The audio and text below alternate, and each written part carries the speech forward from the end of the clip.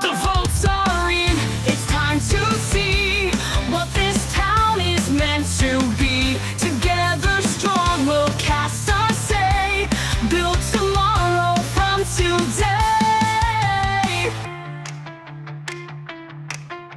Side by side we make the call, every voice it counts them all. A team of hearts with plans to share, for every soul we're standing there.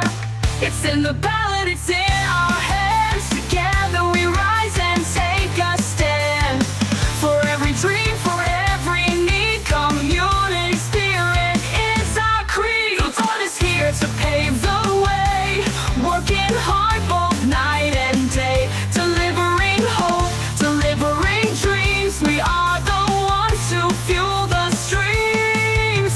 Every corner, every street, we bring the change that makes us meet.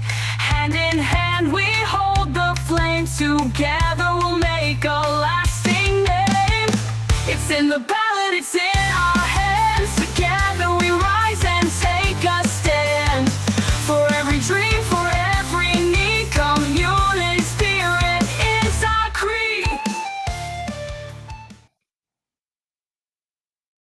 And welcome to today's It's in the Ballot show for the Paraparaumu Community Board. These candidates here are vying to get your first preference vote, but with every election there's one thing stepping in their way, and that's your vote.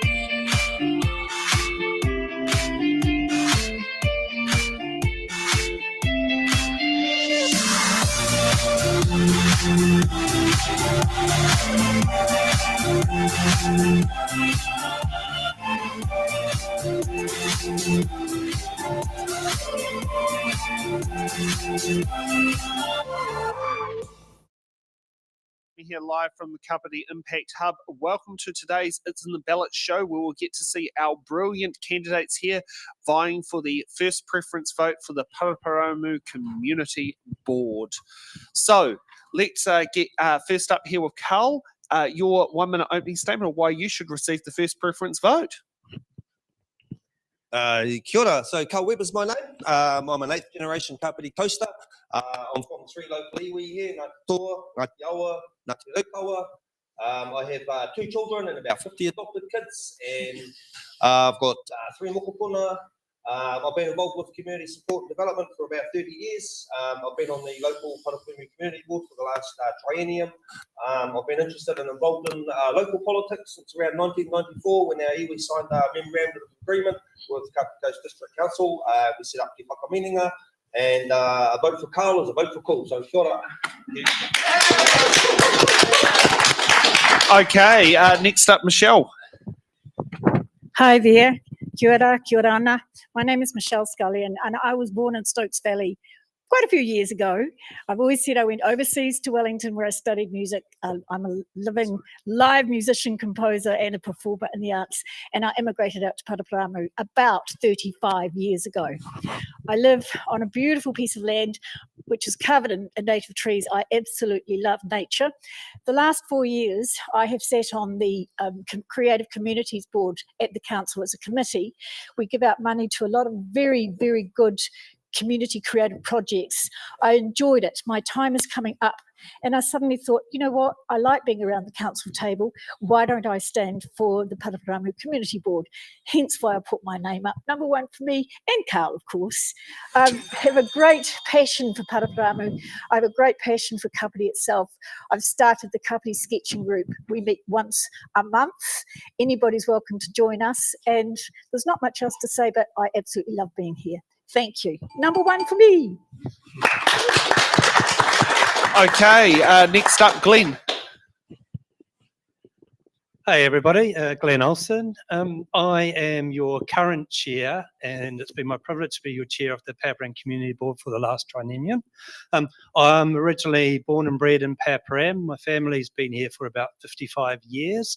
I grew up here, and after my early 20s, I went off to Europe for 20 years and came back about 9 years ago. Came back to a town which had completely changed. Back when I left, the biggest hold up we had on Kapiti Road was the cows crossing the road to be milked. And today, well, look at it today, it's just completely different. So for the last 3 years, I have been advocating for the community, and I love this community, and that's my reason why I've been on the board. So I say thank you, everyone, and please vote for me again, because I'd love to represent you for another triennium. Thank you. Okay, Marco. Kia ora. I've got some notes, so I'm going to refer to them. Kapiti is in my blood. I grew up in Pukera Bay and have resided in Paraparaumu since 2012. I live, work and play in Paraparaumu, being fully vested in our district. I'm standing for the community board to make sure residents have a strong, independent voice in local decisions. I bring extensive governance and management experience, strong relationships with Puki Tapu, the hapu of this rohi, council, coastlands and the local stakeholders, including connections with both the airport and new Central Park plans, all critical to Paraparaumu's future. My track record includes founding the Taretanga Sculpture Symposium, International Sculpture Symposium in Franketts Park, relocating the Island Bay Marine Education Centre to the Bait Shed and Surf Club in Island Bay, leading the HMNZS Wellington Artificial Reef Project, and working as facilities manager at Zealandia while they built their new building. I was awarded Wellingtonian of the Year and Wellington Community Award in 2005. I have proven commitment to public art, community projects and sustainable growth, knowing how to bring people together, collaborate and deliver results. Marco Zeman for the Community Board. Yeah. Okay, we've got David.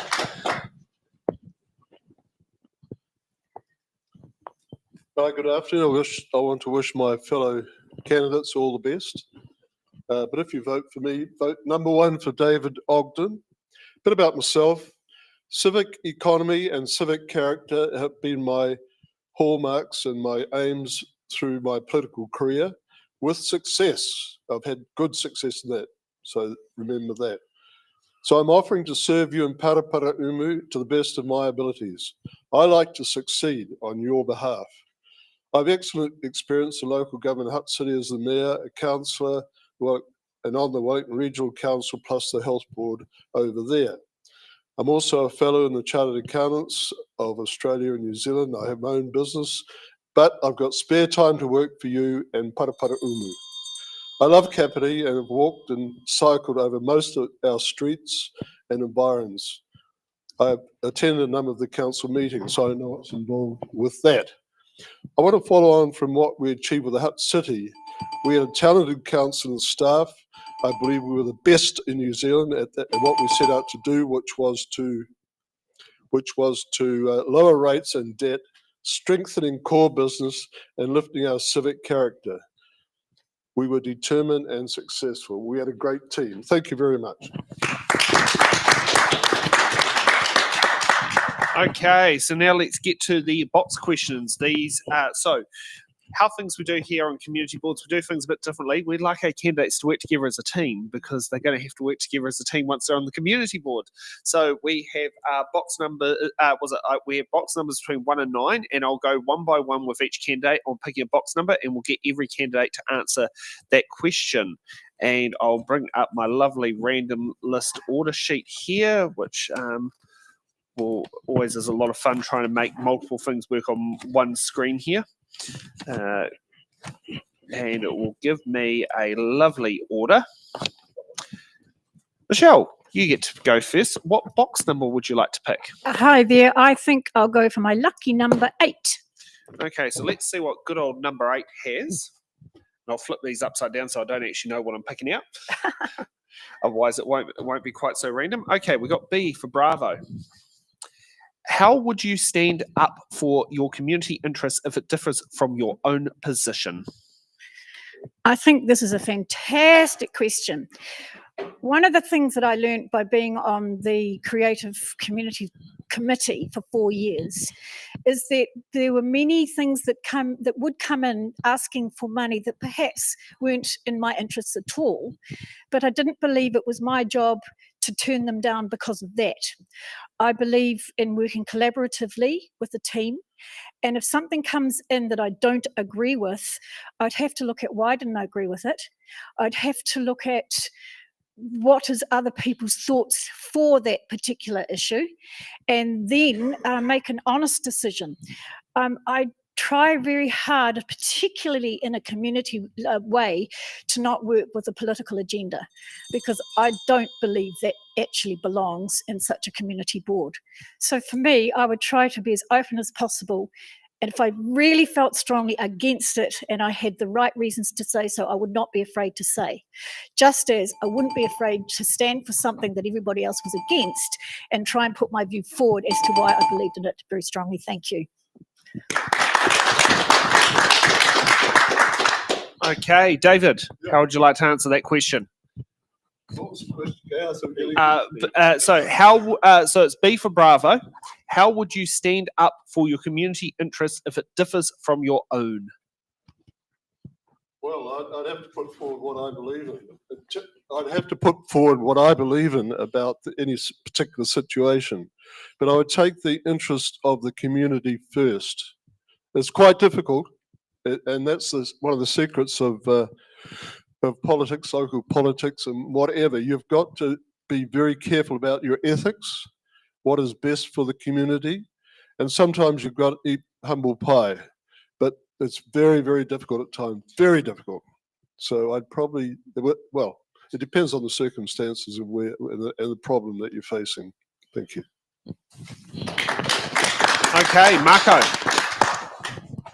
If the community's interests differ from my own, I would prioritise listening, engaging and representing their voice fairly. My role on the board is not to push my own personal views, which I do have, of course, but to make decisions that reflect the wider community's needs and aspirations. I would seek input from affected residents, weigh up the evidence, ensure all the perspectives are considered. Even if my personal position differs, I would stand up for what best serves the community's well-being, resilience and long-term future. At the same time, I'd be transparent about my views so people know I'm acting with integrity. Okay, Glenn. Yep,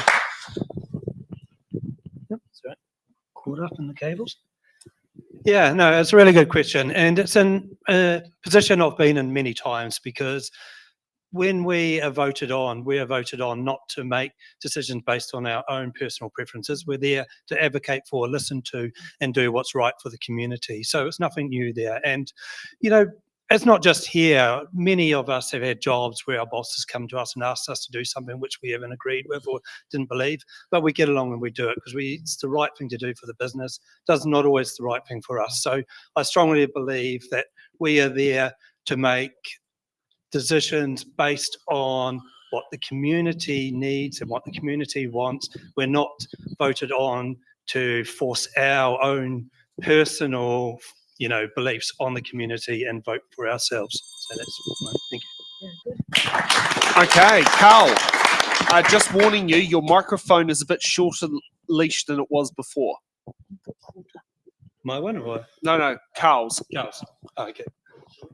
No, just. Oh, yeah, just start talking for it and hope we fix the fault. Yeah.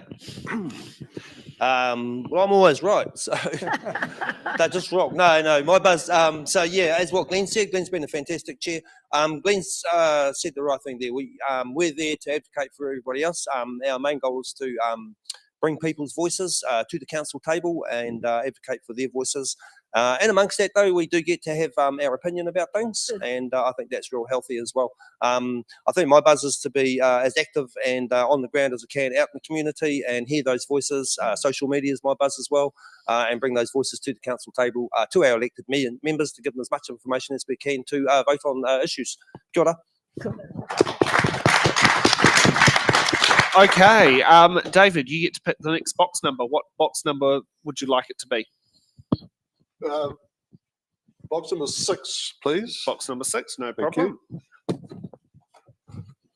Okay, we have E for Echo. What community projects would you be happy to support for community board grants? You asking me? Yes. Okay. Well, for about 6 years, I was chair of the Microphone. Sorry, thank you. That's all right. Those at home want to hear. For the Wellington Regional Lotto Board, and it was quite scary actually. I marched in, there were 6 ladies on the committee and me. I tell you, that was pretty scary for me. But we had a great time. And a lot of the work was done by internal affairs, and they would do the papers and we would look at them. And so you'll find there are dozens and dozens and dozens of different community organisations that apply for funds. And the Lotto Committee was a very good example of going through all the different factors and giving out money accordingly. And it was very good. And it wasn't in the interest of the persons involved, it was more in the interest of the organisations that we were dealing with. Thank you. Okay, Marco. I think we'd have to know what the projects were, and I haven't sat on the community board as yet, so I think without knowing what's already out there and the way the community's projects are looking, what projects they're looking for, I think I need to just sit back and listen and learn first. I've got a really good background in the arts, supporting the arts, and I think that would be one of the areas that I'd be very keen to actually grow and around this area. Art and creativity is a key element in building that sense of pride in place, which is foundational to happy communities. But again, I'll listen and learn first and then walk with the projects that have got everybody's backing. I think that's where it comes from. Okay, Michelle. Hi there. I kind of feel the same as Marco here. Because I haven't sat on this particular board before, I would also have to wait and listen. However, also with a background in arts, creativity, performance, I'm very lucky to say I've performed at Te Kura. I think we have an amazing performing arts centre here. I'm also very aware of some of the damage that happens down on the beach, and I've been thinking about this lately. In New Plymouth, many years ago, the artist Michael Smither created a whole sculptorial thing of using all the driftwood in such a way that the sand stopped being washed away, and they actually rebuilt the whole area of the beaches. And I started thinking, I wonder if we've actually done that here in Kapiti. It's something that if I'm elected, and I hope I am, number one for me, I would definitely put that forward as an idea to see whether or not it's something worthwhile pursuing. And of course, it's not just for established artists, it would be everybody who brings forward their sculptorial ideas to help reclaim the beach and the sands. Thank you. Okay, Cal. Oh, kia ora. So yeah, being on the community board already, I really love giving funding away. That's fantastic.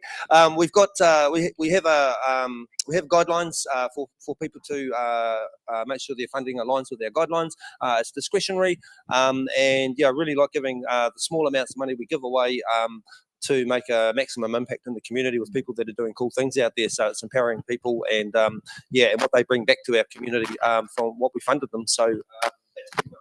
So kia ora. And remember to write out that check too. It's in the Ballot Productions. Glenn. Yeah, no, thank you. Another good question. And look, giving out grants is about what's best for the community. And what we need to remember is an individual can be an important part of the community as well. So, there are times where the grants will go to a group, because that is what's best for the community. And sometimes it can be for an individual who's doing something because they have an impact on the community as well. But if you look at some of the ones that we've done, to give you an idea, over the last triennium, we've put grants out for defibrillators, we've done sports groups, we've done things like a group with the Good Bitches Bakery who does bakery for people who can't get it otherwise. So, there's a huge amount of groups who we've funded, and really it is about making sure that the funding we give gives good value back to the community for whatever the cause is. Okay, next up, Marco, you get to choose the next box number. I'll go with 1. Go with 1, no problem. And just remember to rank your number voting papers. Start off with number 1. Okay, now we've got G for golf, and I know there's a good golf course down Valley Road that's probably suitable to all of us except for President Donald Trump. What would your role entail in overseeing the planning, regulation, and implementation of traffic, parking, signage, and related policy changes, including community consultation processes? I'll refer to my notes again. Firstly, the board would need to digest any policy changes and fully understand its implications, benefits, and how it fits with the community vision. Communication out to the community to inform and make aware of these changes, looking for input. We would ask those promoting change to present to the community and get feedback. An action plan as to a response would need to be based on this feedback and community input. Keeping this process to a timeline to ensure that any response is presented within the required processes timeframe is also very important. Okay, Glenn. Yeah, no, thank you. So our role in this is an interesting role, and I'll give a couple examples of 2 changes we made in this last triennium. So one of them was outside a doctor's down the beach where they were having problems with parking with a new development next door.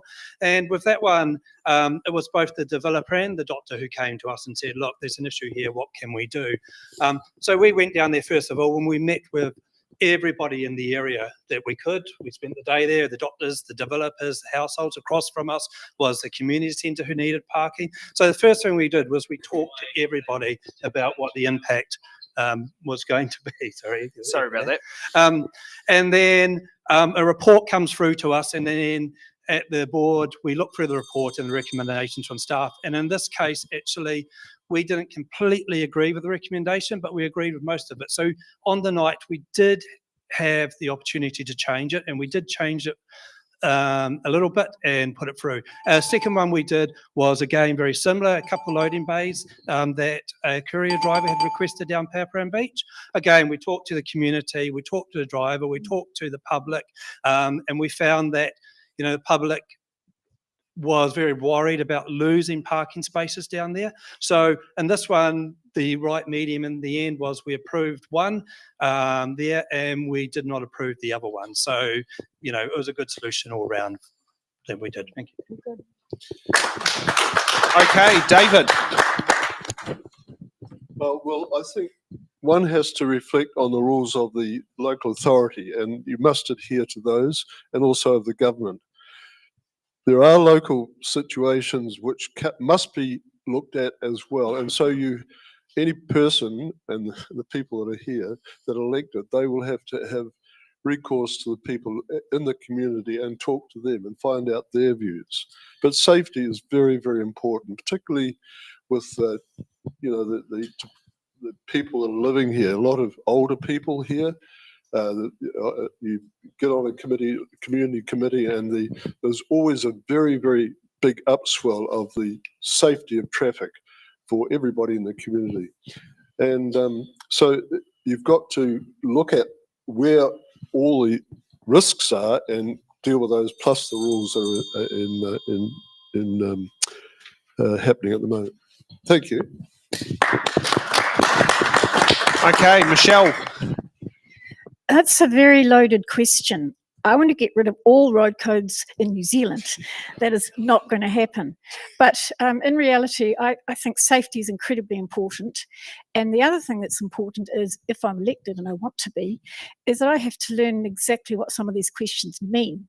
Because if I had it my way, wouldn't it be nice to go back? When I was 5 or 4 or 3, I was on holiday here and I was on the back of the milk cart that was drawn by horses delivering milk. Wouldn't that be fabulous to have that back? No, but we do have to remember things like people do ride their horses on the roads. And I think a bit of education wouldn't go amiss in certain areas of certain ways. In the end, though, the law must be followed. And if changes are required, we do have to listen to the community. And I applaud you, what you said, that you listened to the community and got a sensible set of car parks outside of doctors. I think that's brilliant. If that's what the community board can do, I'm in. Thank you. Okay, Carl. Hey, so good. So my thing would be, I'm really nosy, so I want to know what's going on everywhere. So keep an eye on what's going on, be involved in what's going on, and maintain and build networks and relationships with people in the community, in council, so elected members and also staff, and just keep on top of that. Make sure that we're maintaining some people's voices are being heard.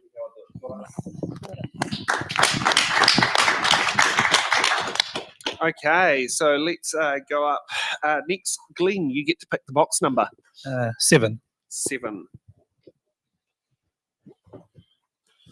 Okay, we got I for India.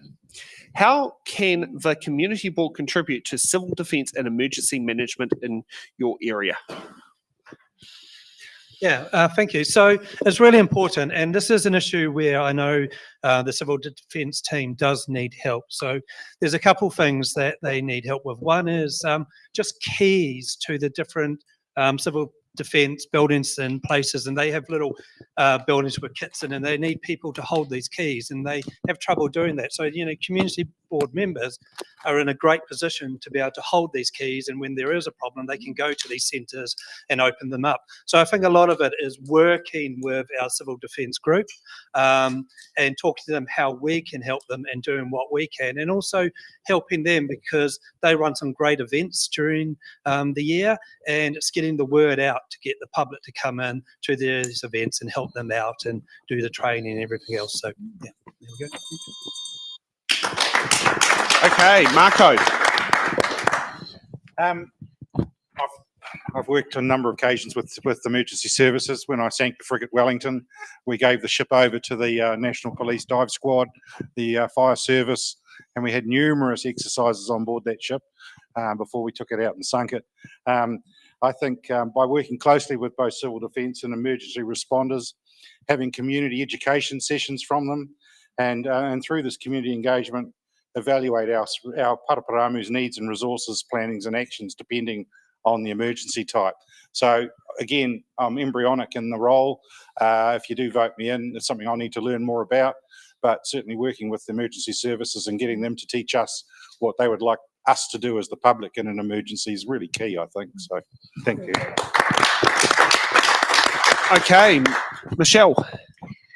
I think civil defence, emergency organisations that look after us in disasters are incredibly important. I have a lot of respect for the Coast Guard down at the beach. I've partaken in some fundraising events for them back in the past. It just made me aware just then that I don't know much about first aid. And I think that if I was on the community board, I'd take that very seriously and go and do a first aid course. Because if I'm a community board member, I think we should be there to help if there is a disaster. I would really like to learn more about the whole civil defence, and I'm pleased that you said, David, that we could do more. So if elected, I would definitely help to do more. I like the idea of having keys at certain spots if there is a disaster, and maybe there should be some sort of education factor that we could look into for advancing all of this support for the existing organisations and civil defence itself. Thank you. Okay, and what's it called? That was number 4, which started with Glenn, Marco, Michelle, Carl. Sorry, that's what happens when I'm doing multiple things at once. Yeah, again, I think working relationships and networks, Kapiti Council's connected communities teams, emergency management, working with remote civil defence, knowing what's going on. I might sound like Michelle now. So, yeah. I could blow it for you. So, kia ora. So again, building relationships and working with healthy working relationships with councils, connected communities, emergency management, civil defence, working with Remo, understanding what's going on, encouraging people to be involved in that, and doing good comms, social media comms, and promoting what councils are putting out around this stuff here. The other area I'm really keen to be working a bit more on and focusing on is bringing the civil defence and emergency management stuff into our schools and working with our kids and getting our kids prepared for this stuff. So kia ora, that's me. Thank you. Okay, David. Well, I've got very strong feelings about this. The weather events that we've had lately, Gabrielle, and also the flooding in Auckland, the loss of life in Esk Valley, I believe it was. I don't think there's enough action being taken against some of the elected members and the officers of various local authorities, because there have been lives lost, and I think that there needs to be more punitive investigation taken against local authorities. I was talking to a couple of engineers about earthquakes, and they were they were trying to find how safe a bank was, because they're going to put this house on the side of a cliff, basically. I said, well, we've got earthquakes. He said, we're going to have them. It's just a question of when. And I think with the climate change that we're having, we're going to be on the front foot rather than looking at what might happen. But just think about Esk Valley and people that lost their lives there. It wasn't good enough. Thank you.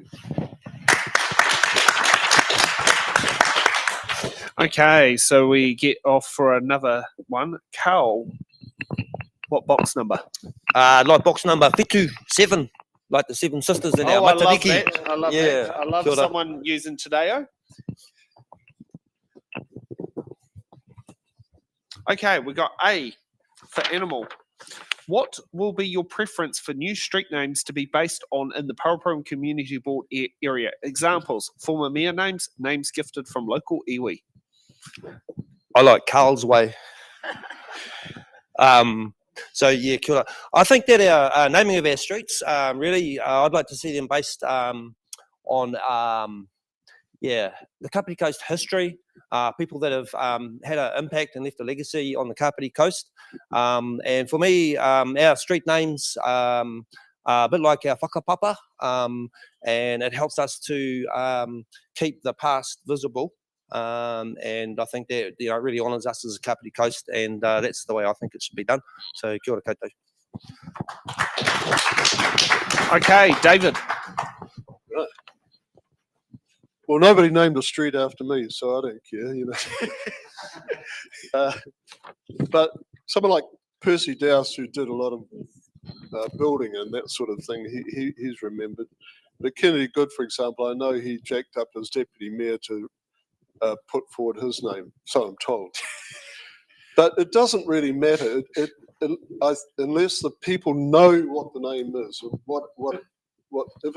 If it's a Maori name, it's got to be a popular name, and people have got to understand what it is. And I Close to mic, close to your mouth. Sorry, I beg your pardon. I'm sorry for my waving. Ice cream. I think that I think that the te reo and the strengthening of the Maori language coming through, I think that could be a really good source of us being more educated about Pākehā. I think about my children, like my son who went, he swam out to Mokoia Island in Rotorua and spent 3 weeks there learning the taiha. I mean, Pākehā can learn a lot more about our brothers who And sisters. Pardon? And sisters. Well, yes, our brothers and ancestors, because it's very much part of us. I heard somewhere that New Zealand's one of the best countries in the whole world. And that could be right. Yeah, thank you. Okay, next up, Marco. I think this should be on a case-by-case basis. It all depends on where the road's going. If there's someone who's lived in that road with some real connection and history, a hapu connection, a cultural or historic feature, it's all relevant to the information that comes in when someone's looking and saying, what are we going to name this place? So I think working with hapu, especially in this area, is key. And obviously reflecting on the Kapiti story is also a good thing to do with our road names. Okay, Carl. Oh no, you've already done that. Glenn. Yeah, no, I also like Carl's way, but we don't want to give him a big head, you know. Anyway, no.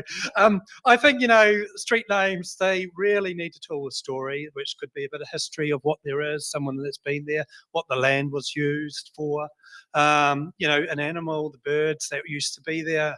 But what I think is they should be kept simple, because often some of the names can become too long and too hard for people to, I'm speaking of myself there. I know I go around the community a lot, and some people give me some names and I can spend 5 minutes on Google Maps trying to find something that matches. So, they should be easy for people to find, because it's really important that at the end of the day, a street is there so people can find you and find the street. So, but, it should be a mix and tell a story or a bit of history of where it is so we remember.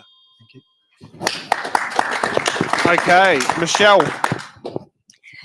Great question. Michelle Street, Michelle Lane, Michelle somewhere else. No, not at all. I grew up in Stokes Valley, as I said earlier, and a lot of our street names were tree names. So I just thought that was beautiful. Kamahi Street, etc. Manuka Street, Manuka Grove. I like the idea of birds as well, and I totally love the idea of history. I think it's a case-by-case basis. And I think, once again, obviously, you do have to listen what people would want in the area. And I guess who gets to decide in the end? Is it the committee? Is it the council? We should be open. But I also agree with you don't want long, long, long names. I've just had the privilege of having this lovely new bracelet around my neck. Thank goodness I didn't have to call an ambulance. We were able to drive me to where I needed to get help. But if it had been a long-winded name and we were panicking to try and get an ambulance, that wouldn't have been very helpful. So I do agree. Brevity is not a bad idea. History is good. Remember our birds and also our colour. There's some very nice, beautiful names of colour in Māori I support. Thank you. Now, I'm going to have to sit there and say we've got some some bad news. We can only get to our hard-hitting question before we have to get ready for the Paraparaumu, general ward at 4 o'clock. So, Nick, can you roll the hard-hitting question graphic, please?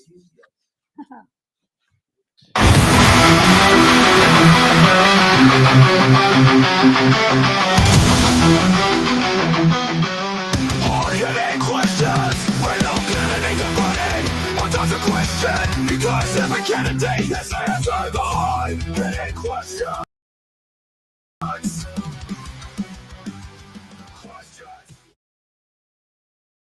All members only have to answer one hard-hitting question, the most important one. A Māori constituency for GWRC, Te Upoka I Te Ika a Maui, is being established for the 2025 election alongside the Kapiti Coast Māori ward. How would you ensure meaningful collaboration with mana whenua and support of Māori leadership in regional planning and service delivery? Marco. I will refer to my notes. I fully support the establishment of Māori constituencies and the Kapiti Coast Māori ward as important steps towards honouring Te Tirotio Waitangi and strengthening local democracy. Meaningful collaboration begins with genuine relationships, listening to mana whenua, respecting tikanga, and ensuring Māori voice is essential in decision-making, not an afterthought. Supporting Māori leadership means backing capacity in decision-making, building initiatives, resourcing Māori-led projects, and recognising the unique role mana whenua play as kaitiaki. My proven commitment is to walk alongside mana whenua and not speak for them, so that planning and services reflect both Te Ao Māori and the wider community's shared future. And I have a very special relationship with Puki Tapu. I'm fully partnered with them, and I'm deemed to be an honorary member. So yes, I think I've got good connections into our local hapu. Thank you. Okay, David. So this is a very important question, and my reaction is to think of my children and their friends. So Nathan Gray, I referred to him. I was over in China, and I had to ad lib a wee bit, but I talked about Nathan Gray, who had walked the length of the Great Wall of China, and his son, his twin brother Tamahuta Gray, and his sister, of course, is part of their friendship group. And I keep sending notes to Radio New Zealand telling that Tama Potaka is going to be Prime Minister of this country one day, in my view. And I think it's very important, probably one of the most important things, and I just do not agree with our blessed friend, David Seymour. The Tiriti Waitangi is one of the most important documents in our life, and we've got to honour that. And there was so much of our working together in the hut, I can only refer to that probably, with our Maori brethren there. And I think it's great that the Maori are being represented on the council here and the various local authorities throughout the country. It's very, very important. Okay, next up, Glenn. Yeah, thank you. Yeah, really, another really good question. And I'm going to take it back to the role of our community board here and how our community board can ensure meaningful collaboration. And look, it's about working with them. It's about listening. I say, it's our community, our voice, and everybody has their voice in our community, including mana whenua and the Māori and everyone else. So it's really about listening to them, working with them, getting their points of views and everyone else's. And well, I'll say for the last training, we've been really lucky to have Carl on our board, because Carl has the connections to all the local iwi, the mana whenua, and that's made a huge difference for us. We've had the expert on our board, and we've been able to go to Carl or Carl's board everything to us. So what I'd say is to keep this connection up, vote for Carl, because I think having Carl on our next board is really important for us to keep this, and to work with mana whenua in a way that probably no other community board has been able to do. And now, Carl, you get to stand up. I don't need to now. Kia ora, Glenn. So I am local mana whenua. I'm from Hapi for me to the 3 iwi here.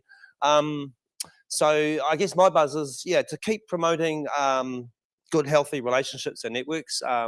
At the start of the triennium, we did start relationship building with our, not just our charitable trust, the business side of iwi, local iwi here, but we did it with the Kaumātua Marae trustees, and we keep building on that. So my buzz is, positive relationships and networks, and I absolutely support Māori wards. I'm a member of the Paraparaumu Māori committee as well, and I guess part of my passion for that is making sure that urban Māori, those that aren't mana whenua here, which is a large proportion of this community of Māori, that they're well represented at the table as well. So I'm really excited to see how the next 3 years go with the Māori board. So kia ora. Thank you. Okay, Michelle. At first, I didn't even understand the question, because of course we should all work together. And I believe that so strongly deep in my heart. I completely support Māori wards as well. And I do not like some of the division that I've been seeing lately creeping into New Zealand. It doesn't belong here. It's an honour to know you, Carl, and work with you on several levels. And I'm proud that for many, many, many years, I've delved right into the depths of taonga puro, which are the Māori flutes. I play them, I make them, I teach people how to make them. I want to listen to people from the Māori ward. I want to listen and see it all grow the way that it should. I can't even understand that we have this question. I mean that from my heart. However, vote for Carl, because he's a good guy. Vote for me. Number 1, thank you. If you're just wondering, Carl is not standing for the Kapiti Coast Māori ward. Because I think you've got, was it quite a few people who would vote for you in that particular vote? Yeah. We've got great candidates. Oh, brilliant ones. Yeah. Okay, now time for closing statements. Carl, you get to go first. Why the voters should give you their number 1 vote? Kia ora. Yeah, give me your vote. I was humbled to be elected to the community board. It's been fantastic having my feet into the council table. I've worked with our community board members, other community board members, elected members of council, and built some really cool relationships with staff. I sit centrally, politically I'm central, probably lean to the left socially, a little bit to the right financially. I think our council has had a massive change this last triennium. It's been a privilege to be involved in that and representing you, my community out there. And yeah, I'm keen to give it another go. So yeah, vote for Carl's, vote for Cool. Thank you. Kia ora. Okay, next up, David. Well, I first met Carl last year at this very meeting, and I think I'll vote for you probably. Yeah, good on you. No, but Carl is one of the friendliest, nicest persons, and we're friends on Facebook. And I just love his photography, and he's very eloquent. And yeah. I don't know about number one though. Oh, I'll take two. I'll take anything. No. Well, good luck, man. There you go. Kia ora. Okay, Michelle. As I said earlier, I thoroughly enjoyed being on the committee for 4 years where we gave out money to creative community schemes. I thoroughly enjoyed getting to work with councillors and our mayor. I thoroughly enjoyed getting to know many people who were at the council. And I feel my time is coming up, and that's when I realised I really enjoy working as part of this team for this community, hence why I put my hand up to stand and represent you who live here. Give me the number one, or number one, or number one, but whatever, give me your vote. I promise to represent you. I'm ready. Thank you. Okay, Marco. I think I can bring a huge amount of skills. I'm a bit of a MacGyver, so capable of most things. I've got a huge track record in working in the community across Wellington. I still hold the record for the largest single biggest event in Wellington's history, for which I got Wellingtonian of the Year. So I've been tied into community for years and years, since pretty much the late 80s, and I've been able to actually put a lot of attention into that because I've got a career wife who supports everything I do. So I think I bring a lot to the table, and I think my skill set would add to Carl's and Glenn's considerably. So if I can add value, vote for me. Okay, Glenn. Yeah, no, thank you. As I said at the beginning, it's been my real privilege to have represented you as your chair of the community board for the last 3 years. And, to get out there in the community, talk to the community, to help the community and this place that I love and the people I love and everything else. So it would just be a privilege to be able to continue and to do that and to represent you and make sure that your voice is heard, in the community and at council for the next 20 men. Thank you.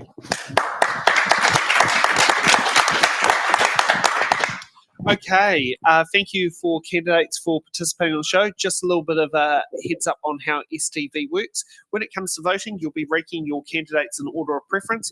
In order for a candidate to be elected, they have to achieve at least, the quota. Now, how the quota is worked out in this rate, there are 4 positions. So the quota is worked out by the total number of positions plus 1 divided by the total number of votes. In order to achieve, to get above the quota, you have to have, for this particular case, at least 20% of the votes plus 1. So when it comes to ranking, rank your candidates on the order of preference of who you would like to be elected. An example of a redistribution coming from the top, this is usually where a candidate receives more votes than what they need for the quota. Say the quota is 650 votes, the candidate receives 1,000 votes. They keep 0.65 of the votes, and their 0.35 of all their votes get redistributed to their second preferences, and it goes that way on. When there isn't enough to reach a quota, the elimination comes from the bottom, and that is where the candidates from the bottoms is eliminated and redistributes to their second preferences, and that process will keep going until there are 4 elected people on council. Not on council, on the community board, who you get the right one. So when it comes to voting, please make sure you get out and vote and take a look at all the candidates that are available and get ranking. We'll be back in a couple of minutes' time with Paraparaumu General Ward. Just give us a bit, 5 minutes, because we took a little bit off late this one, so we get candidates all ready, and we'll see you back soon with Nick in the driver's seat.